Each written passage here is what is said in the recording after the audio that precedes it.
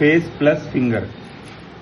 इधर इसका भारी पावर बटन दिया है, मेटल रगड़ के इसे वॉल माउंट भी कर सकते हैं इसको, या टेबल पे भी रख सकते हैं। पावर पॉइंट ये दिया हुआ है, इधर नेटवर्क पॉइंट दिया हुआ है, लैन से वाईफाई से भी कनेक्ट कर सकते हैं।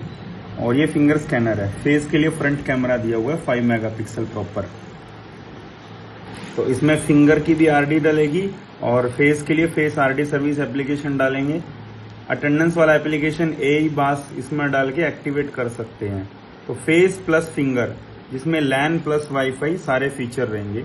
वॉल माउंट और टेबल टॉप दोनों मॉडल में है ये। और मेटल का रगड़ केसिंग है जिसके अंदर ये फिट है।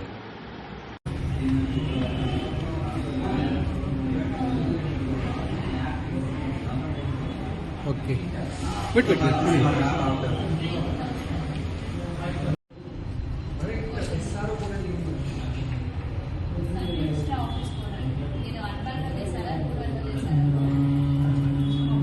సక్సెస్ఫుల్ వచ్చింది. ఓకే.